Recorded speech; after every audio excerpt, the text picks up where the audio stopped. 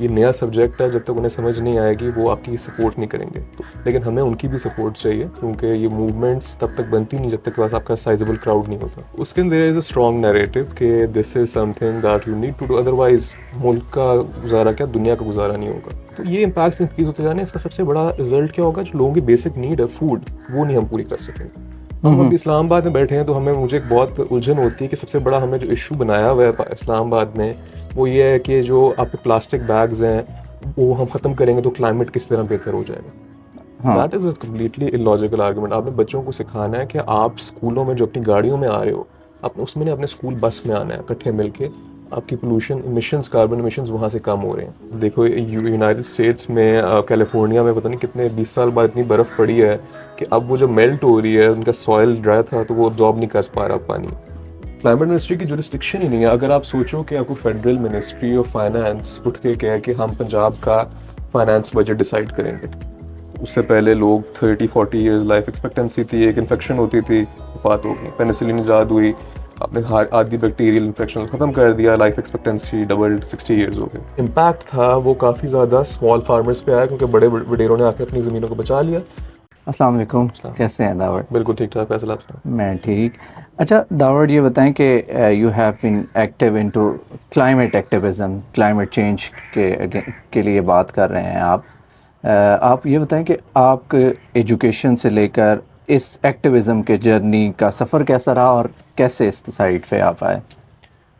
वैसे थोड़ा ज़रा मुख्तसर जवाब यही इसमें दे सकता हूँ, क्योंकि बातें तो उसमें बहुत की जा सकती हैं, लेकिन मुझे यही है कि स्कूलिंग के थ्रू और बचपन में हम जब देखते थे कि बहुत सी आफात आई। सबसे पहले मुझे याद है कि 2008 का वक्त था, और थोड़ा सा आईडीपीज़ वाला सिनेरियो पाकिस्तान में चल रहा था। तो हमें स्कूल में बड़ा इंकरेज किया जाता था कि फ़ंड रेजिंग करें, हेल्प आउट करें, इमदाद भिजवाएँ। तो उससे आहिस्ता आहिस्ता मेरे ख्याल से इनिशियल वही था कि फ्रॉम अ ह्यूमैनिटेरियन पर्सपेक्टिव आप जब देखते हो कि इस तरह इम्पैक्ट आया मुल्क पे, आप कुछ करना चाहते हो। तो उसी के फ़ौरन बाद 2010 के एक सैलाब आए, और मुझे ये अंदाज़ा उस वक्त भी हो गया था कि इससे बड़ी आफत दुनिया ने पहले देखी थी, और पाकिस्तान में भी नहीं थी। तो may be this is one thing कि रिपीटेडली होगा। हम साइंस में ही पढ़ रहे थे कि ग्लोबल वार्मिंग कोई चीज़ है। तो उसी हिसाब से मैं जब एजुकेशन में बैचलर्स कर रहा था, वहाँ पे मेरा इंटरेस्ट और डेवलप हो गया पॉलिसी और डेवलपमेंट साइड पे। हम्म। और फिर मैंने मास्टर्स इन पब्लिक पॉलिसी में किया, जिसमें स्मॉग, एनवायरनमेंट और आपकी अर्बन डेवलपमेंट का फोकस किया। तो तब से इंटरेस्टेड हूँ मैं, रिसर्च भी इस पे करता हूँ, प्रोफेशनल लाइफ भी इसी के अंदर हूँ, और साथ साथ बीच में कभी टीचिंग का भी मौका मिला। और ये एडवोकेसी एक्टिविज्म साइड आपको साथ करना पड़ता है, क्योंकि एट लीस्ट जहाँ तक मुझे समझ आई है, मेजॉरिटी यंगस्टर्स पाकिस्तानियों के लिए भी ये नया सब्जेक्ट है। जब तक उन्हें समझ नहीं आएगी वो आपकी सपोर्ट नहीं करेंगे। तो एक किस्म का वो लेन देन वाला मामला है कि हम उन्हें दिखा रहे हैं कि मुस्तकबिल अच्छा हो सकता है, लेकिन हमें उनकी भी सपोर्ट चाहिए, क्योंकि ये मूवमेंट्स तब तक बनती नहीं जब तक के पास आपका साइजेबल क्राउड नहीं होता। हम्म। जैसे दुनिया में फेमिनिज्म की एक मूवमेंट चली, ठीक है, और क्लाइमेट से रेलेवेंट भी मूवमेंट चली, बट जो फेमिनिज्म की जो मूवमेंट थी वो उसका ये हुआ कि हमारे ख़ास तौर पे हम अपनी सोसाइटी में देखें तो उसने काफ़ी हद तक अवेयरनेस क्रिएट की।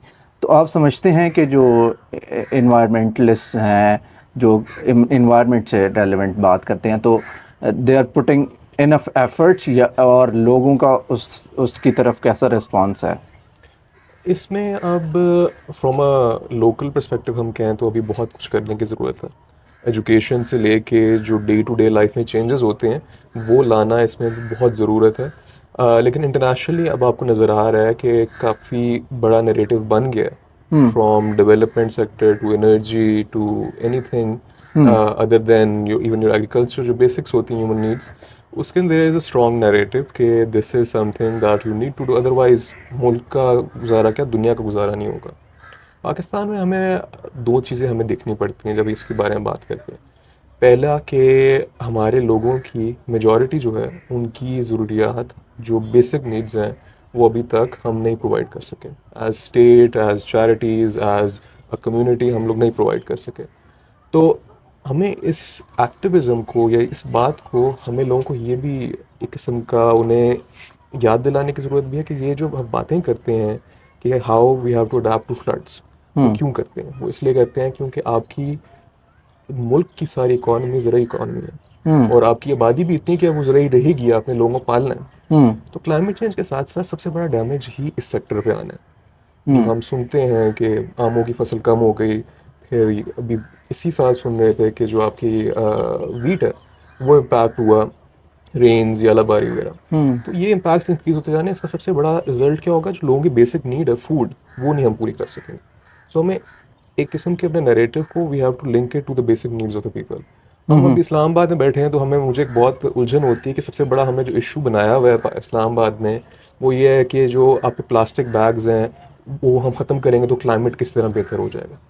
हम्म किसी ने यहाँ तक एक्सप्लेन नहीं किया कि plastic bags is a very different issue than climate change. और हम जो बड़े माहौल की तब्दीली की बात कर रहे हैं उसका एज क्लोज लिंकेज नहीं है। It's a environmental issue. आप पोल्यूशन कम करना चाह रहे हो, जो नज़र आती है पोल्यूशन उसे कम करना चाह रहे हो। उसकी डिग्रेडेशन नहीं है ना प्लास्टिक की तो। डिग्रेडेशन नहीं है उसका, चलो अब मैं समझता हूँ कि वो वेस्ट पर्सपेक्टिव से बिल्कुल सही है, हम्म लेकिन जो हम लोगों को सिखा रहे हैं ना, बच्चों को, कि आप प्लास्टिक ख़त्म कर दोगे तो हम्म क्लाइमेट चेंज की तरह ठीक हो जाएगा, हाँ that is a completely illogical argument. आपने बच्चों को सिखाना है कि आप स्कूलों में जो अपनी गाड़ियों में आ रहे हो, आपने उसमें नहीं, अपने स्कूल बस में आना है इकट्ठे मिलके। आपकी पोल्यूशन इमिशंस, कार्बन इमिशंस वहाँ से कम हो रहे हैं। हम्म मेरा नहीं ख्याल यहाँ एलीट प्राइवेट स्कूल्स में कोई क्लाइमेट चेंज की ये पर्सपेक्टिव पढ़ा रहा है। हम्म तो ये हमें बच्चों से लेके बड़ों तक को ये समझाना ज़रूरी है कि हमारे जो हमने कॉन्सेप्ट बनाया हुआ है ना पोल्यूशन का, वो डिफरेंट है, क्लाइमेट चेंज डिफरेंट है। अच्छा ठीक है, तो उसको हमें तब्दील करने के लिए मैं अभी जब जब भी लोगों से डिस्कस करता हूँ, मैंने क्लैरिफाई करना जब बात शुरू करता हूँ तो मुझे समझ आ जाती है कि हमें जो पढ़ाया गया है या हमारा जो स्टेट जो अब मीडिया में लेकर आ रही है अवेयरनेस वगैरह, वो कतई वो इनफ नहीं है कहीं से भी, क्योंकि लोगों को ये बेसिक डिफ्रेंशिएशन का नहीं पता। हम्म उसका मतलब है बहुत ज़्यादा करने की ज़रूरत है। तो उस सेंस में पाकिस्तान में अभी एक्टिविस्ट कम है इस फील्ड में, और बच्चों को आना चाहिए, यंगस्टर्स को आना चाहिए, उन पे ही ज़्यादा इम्पैक्ट आना है। और इसी तरह जो गवर्निंग सर्कल्स हैं उनको भी रियलाइजेशन तो है, लेकिन उनके अंदर वो एक किस्म का ना मोटिवेशन नहीं है to do a large scale shift in this regard. Policy making में आप समझते हैं कि वो पॉलिसी मेकिंग, अर्बन एनवायरनमेंट्स, आपकी फॉरेस्ट्री सेक्टर, एग्रीकल्चर सेक्टर में आपके पास फोरकास्ट सारी हैं कि ये चेंजेस होने हैं। और विजिबल भी हैं डायरेक्टली विजिबल भी है, तो वो आपको सब कुछ पता है कि ये 2025 में ये प्रोडिक्शन है, 2030 में ये है, 2050 में ये है। एंड उसके साथ साथ अब तो प्लान्स भी बन रहे हैं कि उनको इम्प्लीमेंट किसने करना है, उनको ऑपरेशनलाइज किसने करना है। वो अब ऑब्वियसली 18 साल का बच्चा आके तो करेगा नहीं, उसके लिए वे are dependent on people high up. अच्छा दावत, जो मेरा एक और क्वेश्चन था, वैसे it it can be a bit like naive या कह सकते हैं कि सिली, लेकिन मैं ये जानना चाहता था कि जब वर्ल्ड इंडस्ट्रियलाइजेशन की तरफ जा रही थी, एट दैट टाइम ये था कि बस रिसोर्सेज को एक्सप्लॉइट करना है और मॉडर्नाइजेशन की तरफ जाओ। मतलब अगर आपके पास बाईसाइकिल्स हैं तो गाड़ियों पे जाओ, फिर जेट्स पे जाओ, ये सारी चीज़ें एक चेंज, एक प्रोसेस था जो कि चेंज हुआ, स्टार्टेड इन वेस्ट, और जस्ट आफ्टर जो फ्रेंच रेवोल्यूशन था उसके बाद ये चीज़ें पहले भी हो रही थी, बट उसने उसको बूस्ट किया। जो यूके में एक इंडस्ट्रियलाइजेशन की मूवमेंट चली, तो क्या उस टाइम पे ये इस चीज़ का अंदाज़ा नहीं था कि where would it lead to?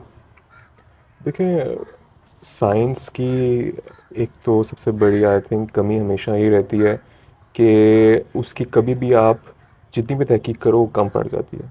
हम्म किसी भी साइंटिफिक फील्ड का देख लें, उसमें इंडस्ट्री का भी वही है कि उनको क्या शुरू कहाँ से हुआ, स्टीम इंजन से। हम्म अब उनके पास न्यूक्लियर रिएक्टर्स हैं, क्या क्या है। तो इस तरह था नहीं कि पहले दिन उनके पास न्यूक्लियर रिएक्टर थे या सोलर एनर्जी थी या विंड एनर्जी थी। हम्म इसी तरह जो इम्पैक्ट था उस एनर्जी बनाने का, वो उनको नहीं ऐसा समझता। और impact till the I think the turn of the 21st century, exactly हम लोगों को, साइंटिस्ट को तो पता समझाना शुरू हो गई थी, लेकिन मीडिया आम वाम को नहीं पता था। क्योंकि नॉलेज का आम होना तब तक पॉसिबल नहीं होता जब तक आप उसे सिंप्लीफाई नहीं कर देते आवाम के लिए। वो तब तक सिंप्लीफाई नहीं हुई भी थी। तब तो हम क्या बता रहे थे कि अच्छा इतने कार्बन पर पार्ट्स जब आते हैं उनकी हीट एब्जॉर्प्टिव कैपेसिटी इतनी होती है तो सरफेस के अंदर, इस तरह की बातें करो किसे समझ आएगा। तो फिर हमने उनको समझाया कि यार ग्रीन हाउसेस का पता है सबको, ग्रीन हाउस क्या होता है, आप शीशे लगा देते हो, धूप अंदर ट्रैप हो जाती है, गर्मी ट्रैप हो जाती है। ग्रीन हाउस इफेक्ट का जब नाम दिया गया, फिर उसकी हमें स्कूलों के अंदर वो नॉलेज आम की, तब लोगों को अंदाज़ा हुआ। उससे पहले ये लिमिटेड नॉलेज साइंटिफिक कम्युनिटी और मेरे ख्याल से कुछ पॉलिसी मेकर्स होंगे बड़े डेवलप्ड वर्ल्ड के जिनको पता था। तो ये है कि एटलीस्ट उस वक्त तो किसी को रियलाइजेशन नहीं थी, लेकिन जो आपके पॉइंट है ना कि एक्सप्लॉयट करना, आई एम नॉट श्योर कि वो एक्सप्लॉयटेशन कितनी इस पर्सपेक्टिव से हो रही थी कि हमारे पास रिसोर्सेज हैं तो करो ही करो, और कितनी इस पर्सपेक्टिव से हो रही थी कि वो लोग अपने मुल्कों की आवाम को पालना चाह रहे थे। तो अब इसमें ये हो सकता है कि अगर इसका डायनामिक हम शिफ्ट कर दें कि जो सेंट्रल पावर्स जो आपकी 18th 17th सेंचुरी में थी, अगर वो यूरोप ना होता और तरक्की सारी इस साइड पे हुई होती, साउथ एशिया चाइना में, काफ़ी पॉसिबिलिटी ये भी है कि हमने भी उस तरह इंडस्ट्रियलाइज किया होता। हाँ ये तो है, सिमिलर सा एक होता, पैटर्न होता। सिमिलर पैटर्न होता। लेकिन जो मोस्टली ये कहा जाता है कि कंट्रीब्यूशन जो है वो डेवलप वर्ल्ड का है, डेवलपिंग वर्ल्ड का इतना कंट्रीब्यूशन नहीं है, क्योंकि वो उन्होंने उनकी अनफॉर्चुनेटली और फॉर्चुनेटली इंडस्ट्री इतनी ग्रो किया ही नहीं इंडस्ट्री ने। लेकिन जो जैसा कि यूके है, यूएस है, उनकी पॉलिसी इस तरफ जो पॉलिसी मेकिंग है वो though they are doing it, but वो उतने सीरियस नहीं है कि जितना एक थ्रेट है। जैसे कहा जाता था कि 1.5 डिग्रीज इज़ द लिमिट, ठीक है, आपने लेस, इससे लेस उसको रखना है, ठीक है। जो जो पहले कॉप की मीटिंग्स हुई उनमें भी ये डिस्कस हुआ। तो क्या कहाँ पे लैग कर रहे हैं वो इस चीज़ को लाइक एक रोबस्ट प्लान बनाने में? यार this is I think purely political reasons उनके हैं कि वो इस पर अभी तक स्ट्रांगली काम या रिस्पॉन्सिबिलिटी नहीं लेना चाह रहे। नंबर वन, अगर आप यहाँ पे भी किसी को देखो, आप फॉर एग्ज़ाम्पल कोई पुराना पिंड है, उसकी ज़मीन जो हम ज़मीन होती है वो अब वो कपास नहीं उग रही, कुछ नहीं उग रहा, तो आप ये नहीं जाके कहोगे कि जो पिछले लोग उगा रहे थे उन्होंने उसका सॉइल डिप्लीट कर दिया। आपको वो कोई रिस्पॉन्सिबिलिटी लेने को तैयार नहीं होगा, ये बात ही नहीं करेगा कोई। बात ही नहीं करेगा। उनका भी ये है कि हम इस पर रिस्पॉन्सिबिलिटी अभी ले लेते हैं फॉर वन कंट्री और टू कंट्रीज, पूरी दुनिया डेवलप वर्ल्ड, एक तो डेवलपिंग वर्ल्ड उनके पीछे आएगा, और दूसरा ये है कि वो रिस्पॉन्सिबिलिटी जब ले लेते हैं लीगली, उनके ऊपर तब एक्चुअली मैंडेट हो जाता है that you have to cater to climate finance needs of the world. अभी वो उसको पुश कर रहे हैं, जो सारा लॉस एंड डैमेज फंड की डिस्कशन होती है, अडाप्टेशन मिटिगेशन की होती है, वो इसलिए होती है, वो कहते हैं कि हम डिसाइड करेंगे कि एक ईयर में हम कितने पैसे दे सकते हैं। अगर वो एक्सेप्ट कर लेते हैं रिस्पॉन्सिबिलिटी, और उसके ऊपर कोई पेरिस एग्रीमेंट टाइप कोई क्लाइमेट इंस्ट्रूमेंट आ जाता है जो कहता है कि जो रिस्पॉन्सिबल है उसे मैंडेटेड है टू प्रोवाइड दैट क्लाइमेट, तो उनके लिए वो एक किस्म का लीगल मैंडेटरी हो जाएगा। ये डेवलप वर्ल्ड वो अवॉइड करना चाह रहा है, तो एक पॉलिटिकल रीज़न है कि वो अभी तक फुली रिस्पॉन्सिबिलिटी नहीं लेते, लेकिन इवेंचुअली इम्पैक्ट्स उन पे आना शुरू हो गए हैं। अच्छा। अब देखो यूनाइटेड स्टेट्स में कैलिफोर्निया में पता नहीं कितने 20 साल बाद इतनी बर्फ़ पड़ी है कि अब वो जो मेल्ट हो रही है, उनका सॉइल ड्राई था तो वो अब्जॉर्ब नहीं कर पा रहा पानी, सो उसके चांसेस हैं कि समर में फ्लड्स आएंगे। इसी तरह यूरोप में पता नहीं कितने सालों से ड्राउट्स चल रहे हैं, सुनामीज हैं उनके, रिजर्वॉयर्स कम हो गए, यूएस में सुनामीज बहुत ज़्यादा हैं, साइकिल उनके हरिकेन्स जो आते हैं हाँ, वो hurricanes। और इंटेंस होते जा रहे हैं, सो उन पे इम्पैक्ट्स आ रहे हैं। अटलांटिक ओशन वार्मिंग का इस साल काफ़ी सीरियस मसला चल रहा है कि बिकॉज ओशन जब वार्म होता है तो वो हमारे यहाँ भी जो पिछले साल के फ्लड्स आए थे वो यही था कि जो आपके वाटर जब वार्म होते हैं तो उसके ज़रिए जो क्लाउड्स बनते हैं वो इनलैंड ज़्यादा सीप कर सकते हैं क्योंकि ज़्यादा क्वांटिटी में होते हैं, तो वो फिर इनलैंड उधर भी स्टॉर्म्स आने के उनके खतरे बढ़ रहे हैं। इसी तरह ज़मीन या ओशन गर्म होने की वजह से उनकी हीट वेव्स एक्सटेंड हो रही हैं। तो ऐसा नहीं कि उन पे नहीं होगा, उनको लग रहा था, या मे बी उस साइड से उस वो उसकी स्पीड या इंटेंसिटी इतनी नहीं है कि उन्हें रियलाइजेशन हुई, लेकिन इम्पैक्ट्स उन पे भी आएंगे। वो अपना इंटरनली वो अडेप्ट और मिटिगेशन करने पे already are on their journey, लेकिन इसका जो फ्यूचर पर्सपेक्टिव है जो है climate migration. Climate migration is one of the things which will possibly make the developed world realize कि आपने बाकी पूरी दुनिया की adaptation की responsibility भी लेनी है, क्योंकि अभी already काफ़ी ज़्यादा immigration burden है इन countries पे जो कि increase होगा। क्लाइमेट चेंज की वजह से आप समझते हैं कि ज़्यादा होगा? बहुत ज़्यादा होगा, क्योंकि किधर जाएंगे लोग? लोगों के पास के अब जो हम लोग लाइक अगर मालदीव्स, सॉरी मैं आपकी बात मैंने काटी, अगर मालदीव्स है वो डूब जाता डूब है जाएगा, कहाँ तो जाएंगे वो लोग? हाँ। अगर उनकी आबादी का इतनी ज़्यादा नहीं, कितनी 5-6 लाख आबादी है उनकी, अगर तो वो भी काफ़ी बड़ी क्वांटिटी है। आप बिल्कुल। उन्हें कहाँ होस्ट करोगे? एंड फ्रॉम इंडिविजुअल माइग्रेशन पे तो चलो वो उनकी चॉइस होती है इंडिविजुअल्स की, we are opting for this country and that country. Mass migration होती हैं, दे आर अनकंट्रोलेबल। वो वो लोग, they create different kind of problem. हाँ, उनको कौन सी कंट्री अब्जॉर्ब करेगी, किस जगह पे अब्जॉर्ब करेंगे, उस जगह पे रिसोर्सेज हैं, उस जगह पे उनका जो कम्युनिटीज़ आती हैं, उनका इंटरेक्शन जब पहली बार किसी और कम्युनिटी से होता है तो उस पे वायलेंस होती है, उस पे इश्यूज बनते हैं। उनकी इंटीग्रेशन कैसे होगी, एग्जैक्टली। इस पे अभी तक वो नहीं सोचे, जो कि उन्हें सोचना पड़ेगा। हम्म। तो ये जो एक समझा जा रहा है कि only the south Asia specifically और जो एशियन रीजन है दैट इज़ मोस्टली अफेक्टेड जो है क्लाइमेट चेंज से, तो ये like it's kind of a myth, but या वाकई ये ज़्यादा हो रहे हैं नहीं, सो साउथ कंपैरेटिवली? एशिया के कई चीज़ें हैं जहाँ पे वो एक्चुअली ज़्यादा इम्पैक्ट हो रहे हैं। हम्म। नंबर वन उसमें यह है कि साउथ एशिया रीजन के अंदर ही आपके पास मल्टीपल एक्सट्रीम हीट एपिसोड्स हुई हैं, हम्म। जो कि वेरी रेयर है रिपीट कहीं और हुआ हो। हम्म। इसी तरह साउथ एशिया रीजन की जो आई थिंक डिफरेंशिएट करता है बाकी रीजन से, कि यहाँ जो 3 बड़े मुल्क हैं, पाकिस्तान, इंडिया, बांग्लादेश, ये, चाइना एज वेल। चाइना चलो साउथ एशिया में नहीं आता लेकिन बट साउथ नेबर, सेपरेट हाँ। है, हाँ। ये 3 कंट्रीज डिपेंड करती हैं 3 दरियाओं पे, ठीक है। और उन दरियाओं का लिंकेज है इस पूरी आबादी से, जो कि अराउंड इंडिया की 1.5 बिलियन पॉपुलेशन है, हमारी 250 मिलियन होगी है, बांग्लादेश की 2 बिलियन पीपल हैं, वो 3 दरियाओं पर डिपेंड करते हैं। हम्म। क्लाइमेट चेंज इन दरियाओं के अंदर जो पानी का क्वांटम है, कब आता है, किस तरह आता है, और उस पानी से आप कितना फूड उगा सकते हो, उसको ऑल्टर कर देगा। तो इस इन दैट सेंस, दिस ये आई थिंक दुनिया का वाहिद वो खित्ता है जिसमें इमीडिएट इंटेंस चेंजेस आएंगे, क्योंकि वाटर साइकिल इम्पैक्ट होगी, और वो डायरेक्टली पे 2 बिलियन लोगों को इम्पैक्ट करेंगे। और हम्म। 2 बिलियन का मतलब ये है कि that is 1/4 of the world's population. हम्म। So essentially ऐसे ही। South Asia is vulnerable, but also it is vulnerable because उसका यूनिक कॉन्टेक्स्ट है कि अच्छा। आपके पास ह्यूमन पॉपुलेशन ही इतनी ज़्यादा है कि आप उन्हें कहीं और संभाल नहीं सकते, आपने इनको यहाँ ही पालना है। लेकिन बिकॉज आपकी फूड साइकिल, वाटर साइकिल सारी इम्पैक्ट होगी, हम्म। आप कैसे कह सकते हो कि we will be able to maintain stability in this region? सही। अच्छा, मैंने वो हम पहले भी ये चीज़ डिस्कस कर रहे थे कि जो इंडिजिनस पॉपुलेशन है वो तो मोस्ट वल्नरेबल है एट दिस टाइम, और फिर ये भी है जो भी होंगे इंडिजिनस के अलावा वुमेन भी, क्योंकि बिकॉज इस सोसाइटी में या ओवरऑल भी देखा जाए दुनिया में भी वुमेन जो हैं वो इतनी ज़्यादा उसमें नहीं है। तो लेकिन मैं इंडिजिनस पॉपुलेशन की जो बात करूँगा, तो जो इंडिजिनस पॉपुलेशन है और उसको इस चीज़ से कितना इफ़ेक्ट हो रहे हैं, लाइक अगर देखें आप इसमें नॉर्थ साउथ अमेरिका में और कीनिया में और जो अफ्रीकन स्टेट्स हैं, लेकिन आप समझते हैं कि जो ट्रेडिशनल वेज थे, जैसा कि हीट वेव से बचने के लिए there used to be mud houses, ठीक है, तो उनके थ्रू वो ये होता था कि उनके थ्रू हीट को, और वो वार्म टेम्परेचर विंटर में वार्म रखते थे और समर में जो था वो कोल्ड रखते थे।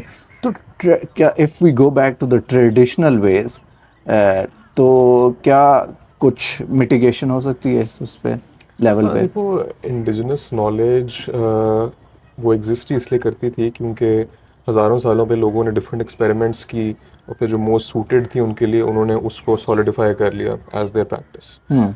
अभी जो हमारे सिंध में जो सैलाब आए हैं, इसके बाद जो रिकंस्ट्रक्शन एफर्ट हो रही है, उसमें शायद आपने सुना हो कि जो बुनियादें बन रही हैं घरों की, उसमें वो चूना मिला रहे हैं, लाइम जो होता है। अब उसका पर्पस, वो इंडिजिनसली जो सिंध की पुराना आर्किटेक्चर है वो भी इस तरह ही होता था कि उनकी बुनियादों में वो चूना मिला देते हैं। उसका मकसद ये होता है कि वो बिल्डिंग को फौरन पानी, उसकी जो बुनियाद होती है उसको वाटर एब्जॉर्ब नहीं करने देता, और वो उसको खड़ा रखता है till people can eventually evacuate and go to safer places. इसी तरह आपके पास बांग्लादेश में एग्जांपल्स हैं कि उन्होंने वहाँ रिपीटेड फ्लड्स और आपकी साइक्लोन्स आती हैं, तो उन्होंने जो घरों की स्पेशली जो नियर द कोस्ट हैं, उन्होंने उनको लेवल ही ऊपर करने के लिए उनकी बैम्बूज की बड़ी बड़ी ट्रंक्स जोड़ के दे स्टार्टेड बिल्डिंग हाँ, पिलर्स, क्योंकि ऐसे बैम्बूज किए। Are water resistant. हम्म। तो वो ख़ासतौर पे इन कम्युनिटीज़ को जहाँ पे आपको नज़र आता है कि रिपीटेड इम्पैक्ट्स आ रहे हैं, तो वहाँ पे इम्प्लीमेंट करना ज़रूरी है। लेकिन अब आई एम नॉट श्योर कि उसे हम सिटीज़ में कितना लेकर आ सकते हैं। सिटीज़ में टू एन एक्सटेंट आ सकते हैं, सिटीज़ को लेकिन अडाप्ट करने के और बड़े डिफरेंट तरीके हैं। ये ग्रीनरी इज़ वन वे कि आप सिटीज़ को कूल कर सकते हो। हमारे यहाँ सब बड़ा ऑपोजिट है कि we are still cutting down trees और हम हाउसिंग सोसाइटीज़ और क्या क्या एक्सपेंशन करते जा रहे हैं। It is basically absorbing more heat into our cities. जो बाकी बात है कि आपकी ख़ास तौर पे जेंडर वाइज काफ़ी हम्म। ज़्यादा इससे इम्पैक्ट है हमारे यहाँ। It's a very very big issue. Floods जब भी आते हैं, ये 2010 में भी हुआ था, अभी भी हुआ था, कि इन मैनी केसेस क्योंकि सोसाइटी कंजर्वेटिव भी है, तो आप वो वाले सर्वाइवल स्किल्स अब बच्चियों को नहीं सिखाते, like swimming, like dealing with how to deal with the storm, क्या करना है। क्योंकि रूरल एरियाज़ में ख़ासतौर पे उनकी नॉलेज लिमिटेड होती है टू द हाउस होल्ड, या हाउस होल्ड में जो लाइफ स्टॉक है उसको बचाना या बड़ों का ख्याल रखना। तो कई बार एग्जांपल्स ये हुई हैं कि ख़वातीन की वफ़ात इस वजह से हुई है कि दे डिड नॉट नो कि व्हाट टू डू, कि रिएक्ट क्या करना था। हम्म। ना उन्हें स्विमिंग आती थी, तो वो फ्लड के अंदर escape भी नहीं कर सकती थी। तो वो यही करती थी कि अच्छा हमारा जानवर यहाँ पे हैं तो हम इनको बचाने के लिए यहाँ पे रुक जाएंगे, बड़े हम्म। यहाँ पे हैं इनको बचाने के लिए यहाँ पे रुक जाएंगे। सो हमने वो सर्वाइवल मैकेनिज्म उनके लिए ना उन्हें सिखाया नहीं है अभी तक। सो उस सेंस, और वो क्या वजह है कि वो हम कंजर्वेटिव हैं, हम समझते हैं कि इनको ज़रूरत ही नहीं पड़ेगी, हम्म। क्योंकि वो रियलिटी बहुत डिफरेंट है। आपको ये सर्वाइवल स्किल्स, बेसिक जो आपके मेडिकल स्किल्स हैं, इस तरह की चीज़ें आपको इवेंचुअली सबको, जितने सिटीजन हैं फर्स्ट रिस्पॉन्डर्स तो वही होंगे। हमारी ना स्टेट की अभी तक इतनी कैपेसिटी है, नज़र नहीं आता कि इन द नियर फ्यूचर कभी होगी कि आप हर पिंड के अंदर एक हेल्थ रिस्पॉन्डर बिठाओगे।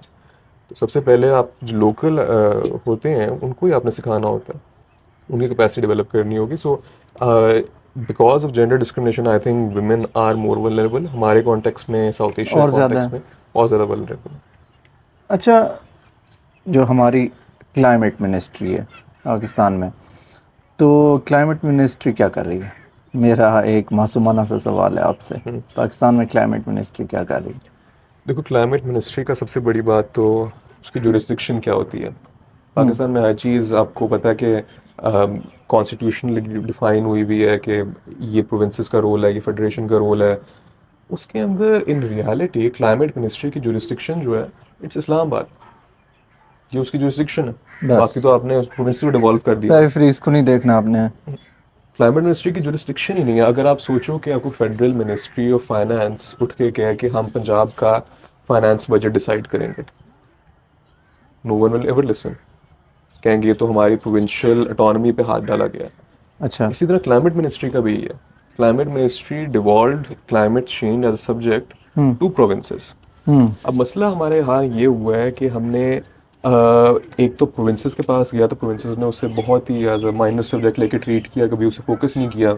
अच्छा। और उसी तरह क्लाइमेट मिनिस्ट्री फेडरल जो है, हम्म। उसने वो वाली रिसोर्सेज नहीं पहुंचाई प्रोविंसेस को। सो ये भी हम अभी तक बहुत बड़ा आई थिंक कॉन्ट्रडिक्टरी सिस्टम हमने क्रिएट किया हुआ है कि सबसे ज़्यादा पॉपुलेशन और सबसे ज़्यादा need for governance, climate hmm. Governance is in provinces.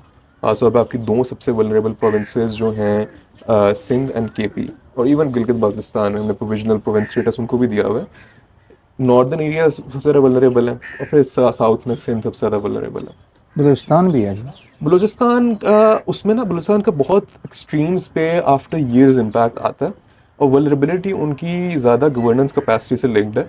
लेकिन उनके पास वो ऐसा, जो उनके पास से रिवर नहीं गुजरता। हमारे यहाँ जब भी कोई बड़ा आया है, आफत आई है, उसमें river, Indus river is what usually leads to larger floods, और इंडस रिवर की ट्रिब्यूटरीज और ओल्ड जो उसके वहाँ ट्रिब्यूटरीज, पे हाँ। आता है।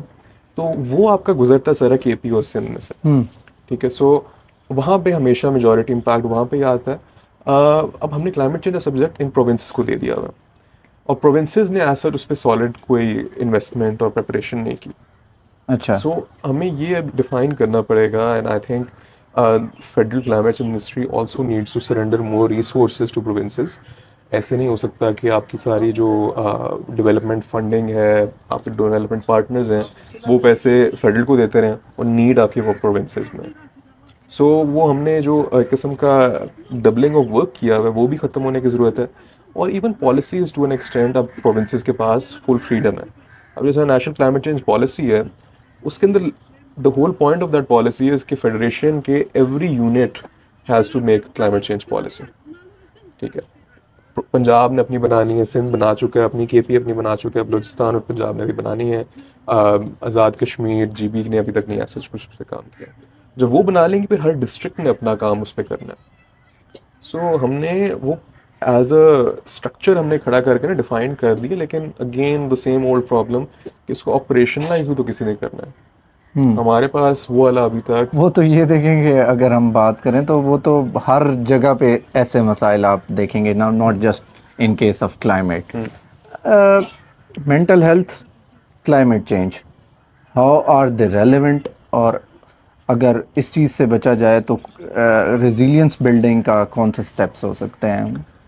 अच्छा, ये बड़ा इंटरेस्टिंग सवाल है क्योंकि इसके व्यूज़ आपको ना बहुत डिफरेंट मिलेंगे। अगर आप किसी स्पेशली जो अब बच्चे स्कूल में पढ़ रहे हैं क्लाइमेट चेंज और जो देख भी रहे हैं अपने आसपास, फॉर एग्जांपल जो बच्चे स्मॉग के अंदर हर साल गुजारते हैं 3 महीने, उन पे इम्पैक्ट आता है, उस दौरान उनकी स्पोर्ट्स रुकी होती है, उस दौरान उनको हेल्थ इश्यूज हो रहे होते हैं।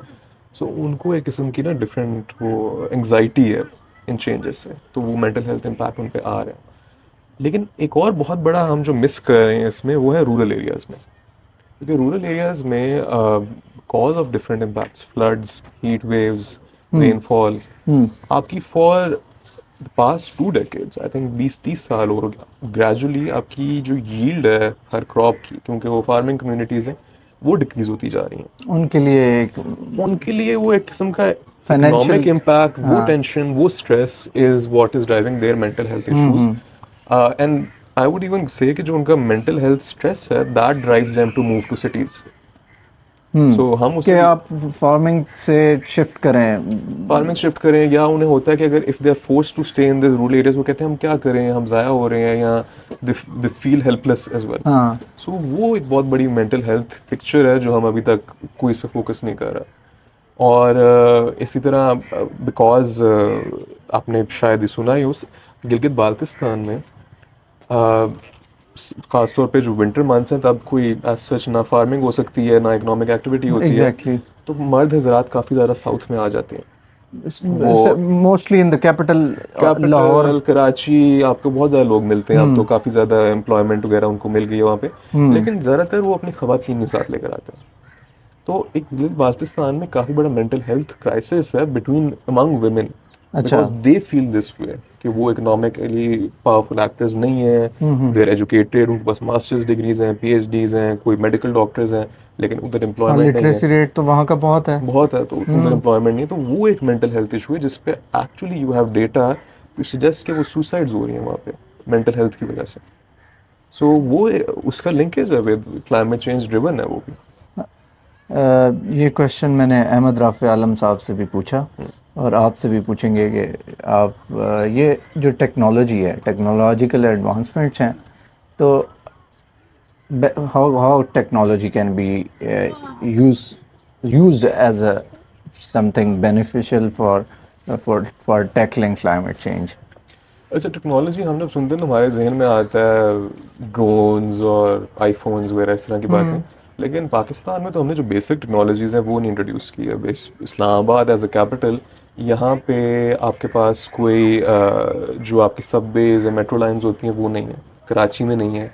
Karachi is the 4th or 5th biggest city in the world. ठीक है, ये इस तरह की टेक्नोलॉजीज़ रैपिडली आपकी एक तो सिटी के अंदर हीटिंग को कम करती हैं, पोल्यूशन कम करती हैं, और टू एन एक्सटेंट वो जो आपके एक्सट्रीम वेदर इवेंट्स हैं उनको भी वो मिटिगेट करेंगी। प्राइवेट ट्रांसपोर्ट जो है, हाँ, हमने जो बेसिक टेक्नोलॉजीज़ हैं which can cater to large public needs वो नहीं हमने अभी तक सूटेबली प्रोवाइड की।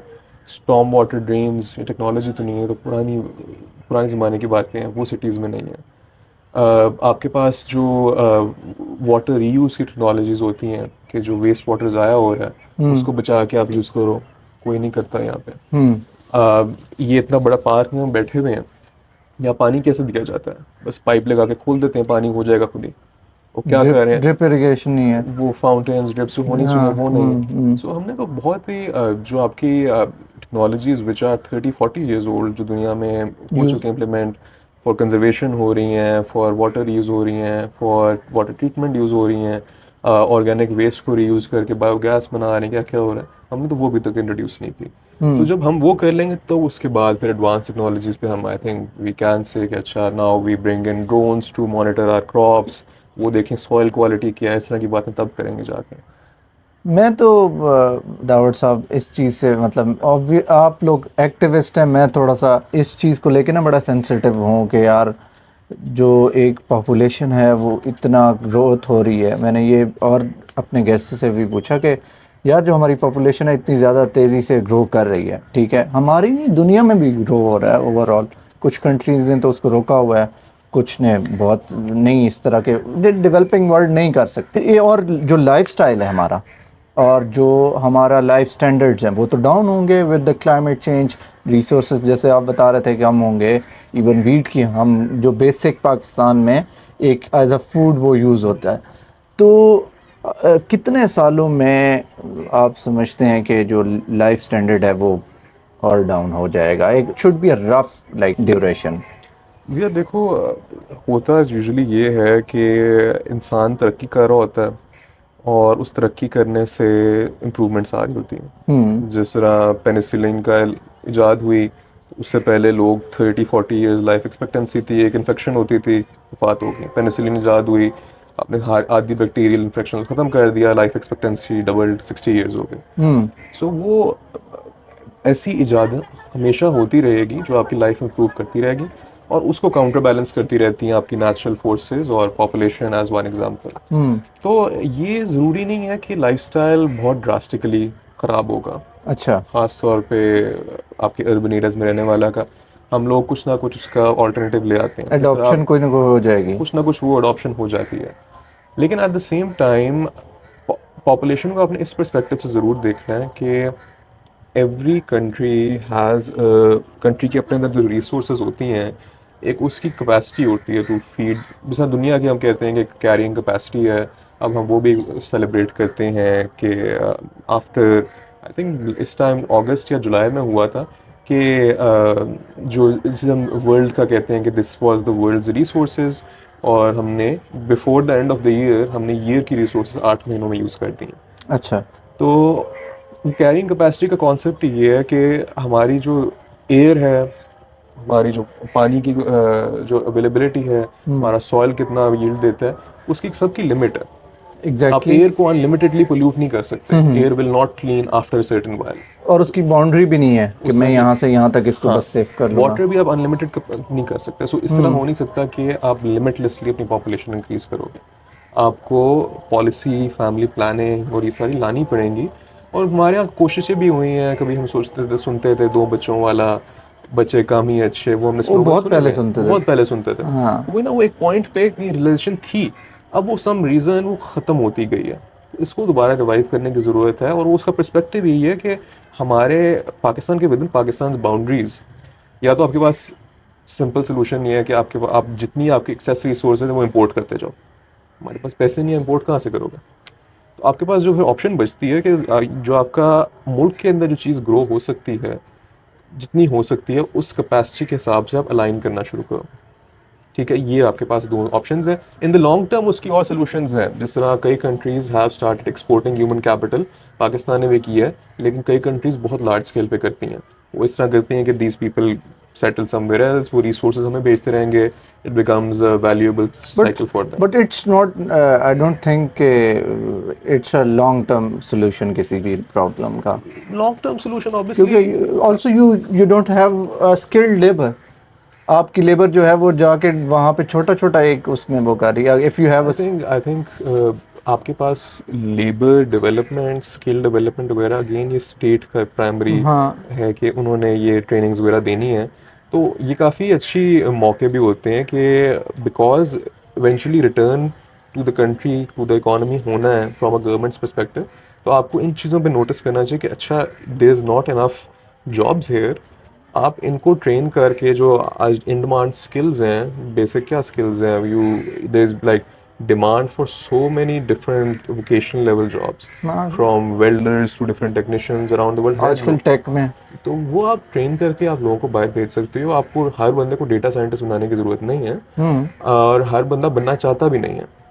Every one has their own different potential. आपने बस उसे एक्सप्लॉयट करना है, उसे एक स्किल देना है कि वो आपकी पॉपुलेशन और इन सब को मिटिगेट करने के एक किस्म का बेनिफिशियल रिलेशनशिप बने।